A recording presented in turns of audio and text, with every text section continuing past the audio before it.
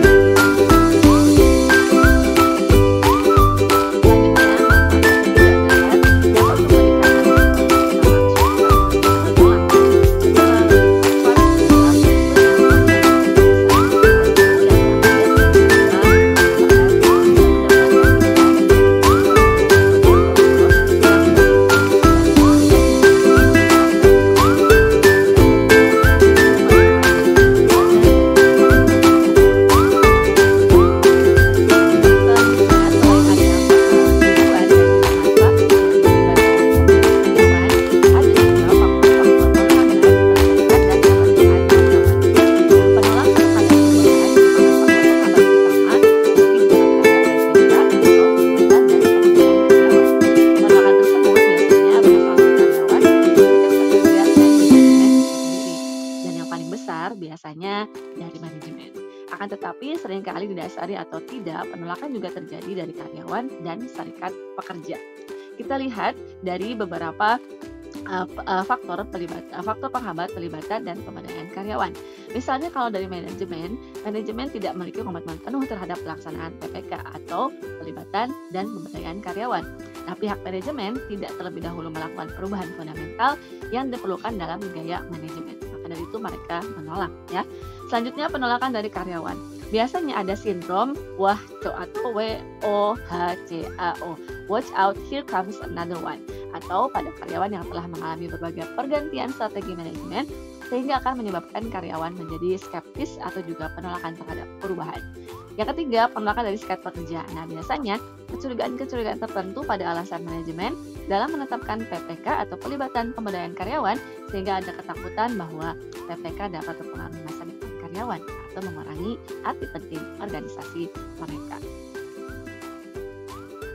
Ada berbagai sarana yang dapat digunakan untuk mendorong karyawan agar mereka memberikan masukan ya, dan menyalurkan kepada para pengambil keputusan. Metode dalam pelaksanaan pelibatan dan pemberdayaan karyawan tersebut, misalnya pertama ada brainstorming. Brainstorming ini, manajer bertindak sebagai katalisator untuk mendukung diskusi antar anggota sehingga brainstorming dapat menjadi sarana yang efektif dalam mengumpulkan masukan dan umpan balik karyawan ya, atau umpan balik karyawan.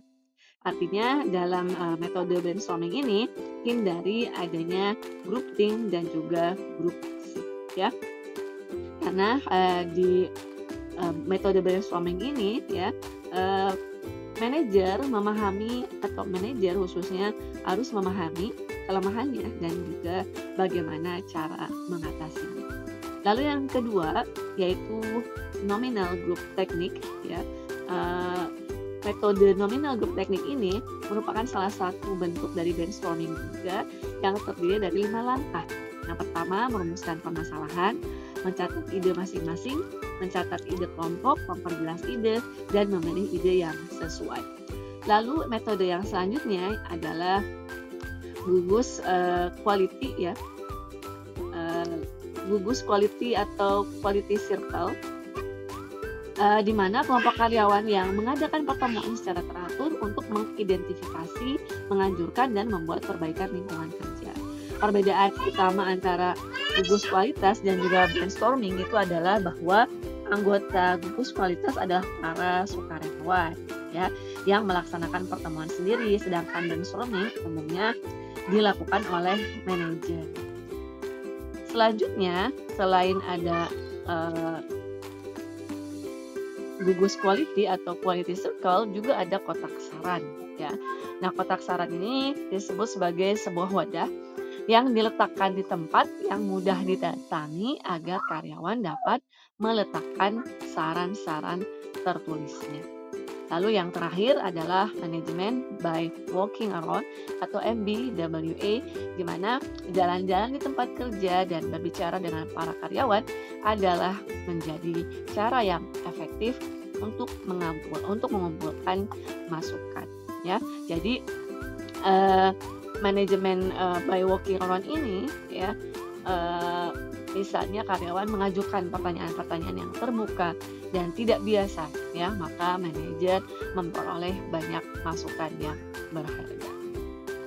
Oke, itu saja teman-teman untuk materi di pertemuan kelima ini ya. Silakan teman-teman, jika ada yang ingin didiskusikan boleh ditulis di kolom komentar ya.